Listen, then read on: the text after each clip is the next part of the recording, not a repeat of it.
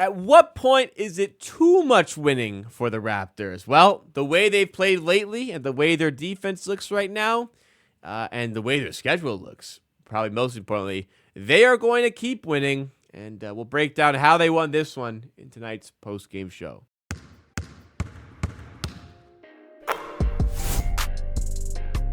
Wow, man. The Pelicans are bad. Pelicans are really, really bad. Other than a great third quarter, just Raptors completely dominated this game from not really an offensive standpoint. First half was really rough to watch. It was 56-40 at half for the Raptors. Very rough watch. The Pelicans were shooting like mid-20s, I think, percentage-wise from the field. Raptors were like in the 40s. And honestly stayed relatively similar to that through the game. Both teams shot poorly from the field and from three. But the Raptors had a bit more firepower here and probably a bit more levels defensively. It was just a pretty ugly third quarter that kept the Pelicans in it. Raptors were up 16 at half. Ended the third quarter down by 1. Largely down to some lineups and the poor bench, but too much firepower here for the Raptors. Defense in this stretch of games. The Raptors now have won 6 of their last 7. They have won 4 games in a row. The reason behind it, completely down to the defense. They've restructured their defense. They have changed the way they play there. They're no longer over-helping in these areas. They're no longer missing the rotations as much as they were doing. They're a lot more engaged in those areas. And I think a lot of it begins with kind of a different deployment of Scottie Barnes defensively. A lot more lately, Barnes has been playing as more of a help defense for. He's been more down low in the low block. That is where Barnes operates at his best defensively. And we are getting the full force of Barnes' defensive prowess. And lately his offense. He just won Eastern Conference Player of the Week. And though he stuffed the stat sheet, he did not look like the Eastern Conference Player of the Week today. Defensively, he was there. And when Barnes, your lead guy, brings that energy and brings that level and establishes that culture defensively, it definitely rubs off on his teammates.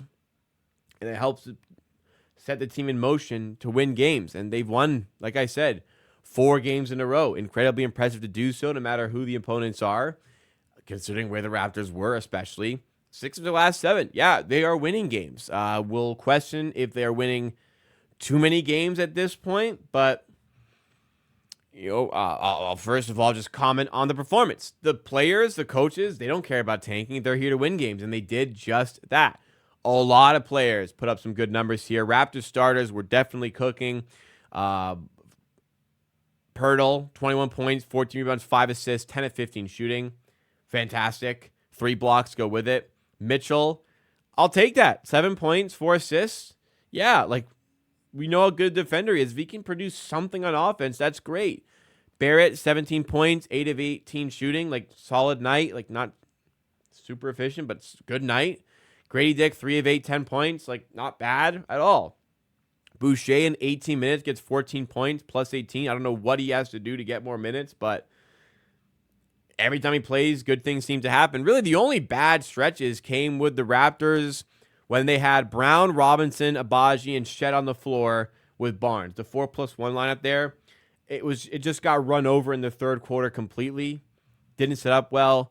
Orlando Robinson, for the good work he did against Atlanta, I didn't watch that game, but I heard good reports. Kind of went away in this one a little bit, but it's just a lineup that wasn't working for the Raptors for whatever reason. There was no stopping Zion Williamson when he had the ball tonight, 13 of 18 with 31 points. But, man, this Pelicans team was just so inefficient today. I'll give the Raptors credit because they were good defensively and limited what the Pelicans could do. But the Raptors were pretty content to play straight up on everybody but Zion.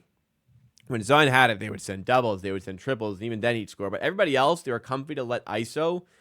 It was just ugly style of basketball by the Pelicans, and the Raptors were allowing that to play into their hands, and again, have just improved so tremendously defensively in this stretch. Easier against easier opponents. The Raptors' schedule has lightened up quite a bit, but yeah, it absolutely just played into our hands today. Raptors go 43 of 100 from the field, so perfect 43%.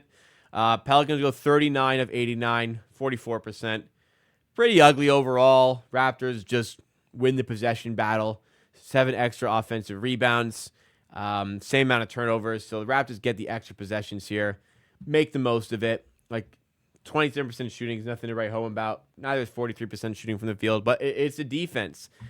They've just been such a disaster for so much of the season defensively. Now that they are producing like average or even slightly better than average defense, they're able to win games, and they have the players that can propel them over the top. And based on the schedule, there isn't really a suggestion that the winning is going to stop just yet. Raptors' next game is away at away at Washington. They're going to be favored. Washington are horrible. Then it's back home against the Bulls. The Bulls suck. Like, they'll probably be favored in that one too, I would think. Tough 3 games after that against the Clippers, Knicks, and Grizzlies, but they're home for all 3, and they're good enough to steal one of those games, I'd say. They may not. They may lose all 3. Those are 3 really good teams, and they go away to OKC and Houston, 2 really, really good teams that will probably beat them away from home. But Raptors up to 14-32 on the season, like still a long way back. I mean, I don't know how the Bulls are doing. The Bulls are actually about to beat the Denver Nuggets, it looks like. So if the Bulls beat the Nuggets, as we see up here, up by 6 with less than a minute left, 5.5 games back still of the Bulls. It's great that they're playing well. I'm not worried about that from a player and coach standpoint. Coaches have helped fix the defense. Players are playing really well. But management now got to step in and say, whoa, whoa, whoa. We can't be having this. And some tough decisions will have to be made in that regard. As far as trades are concerned, the NBA trade deadline is next Thursday. Tough decision got to be made at that point, 100%. But for the time being, the players are going to go out there and try to win games, and I'm impressed with what they're doing. I'm happy it's working for development. Now, not really the place to be upset about the winning of games. Look, they won. I'm okay. I'd be okay if they lost this game for sure. But I'm happy with the performance. Does that make sense? Like, I would hate to want to see them lose, but at a certain point, the front office needs to make it harder for them to win, and they got a week and a half to do that. But hey, I'm most concerned about playing well. They played well. Great stuff by the Raptors. And like I said, like they should carry on winning here. This will be a fun stretch to look back on, and hopefully what is, in the end, a season that does benefit them from a draft perspective.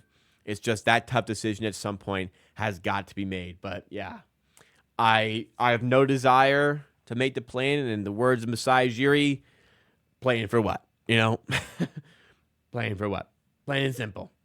So smash that like button if you enjoyed the content. Subscribe for more just like it. We'll be back for that Wizards game.